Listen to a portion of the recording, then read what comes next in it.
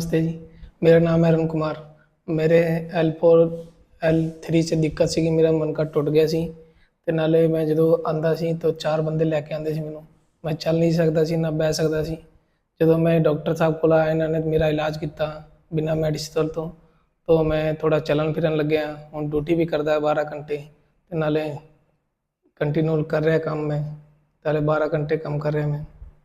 ਤੇ ਤੁਹਾਨੂੰ ਐਲੋਪੈਥੀ ਦੀ ਕੀ ਦੱਸਿਆ ਡਾਕਟਰ ਨੇ? ਸਰਜਰੀ? ਸਰਜਰੀ ਕਹੀ ਸੀ ਮੇਰੀ।